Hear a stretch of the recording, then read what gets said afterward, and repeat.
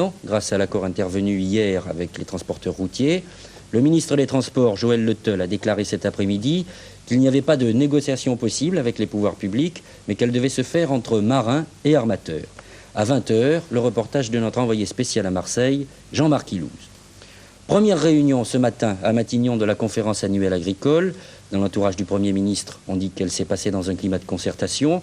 Cette conférence annuelle sera essentiellement consacrée à la loi d'orientation sur l'agriculture qui doit être présentée au Parlement à la session de printemps. L'un des gros problèmes des agriculteurs aujourd'hui, c'est l'endettement pour acheter du matériel. À 20 h, le reportage de Jean-Louis Calmejane. L'architecte Ricardo Bofill ne fera pas son immeuble des Halles. Ainsi en a décidé le maire de Paris, Jacques Chirac, après avoir reçu Ricardo Bofill ce matin.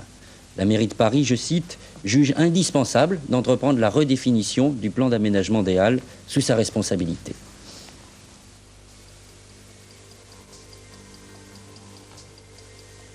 Le projet d'une place ordonnancée et monumentale autour du forum est désormais remis en cause par la mairie de Paris.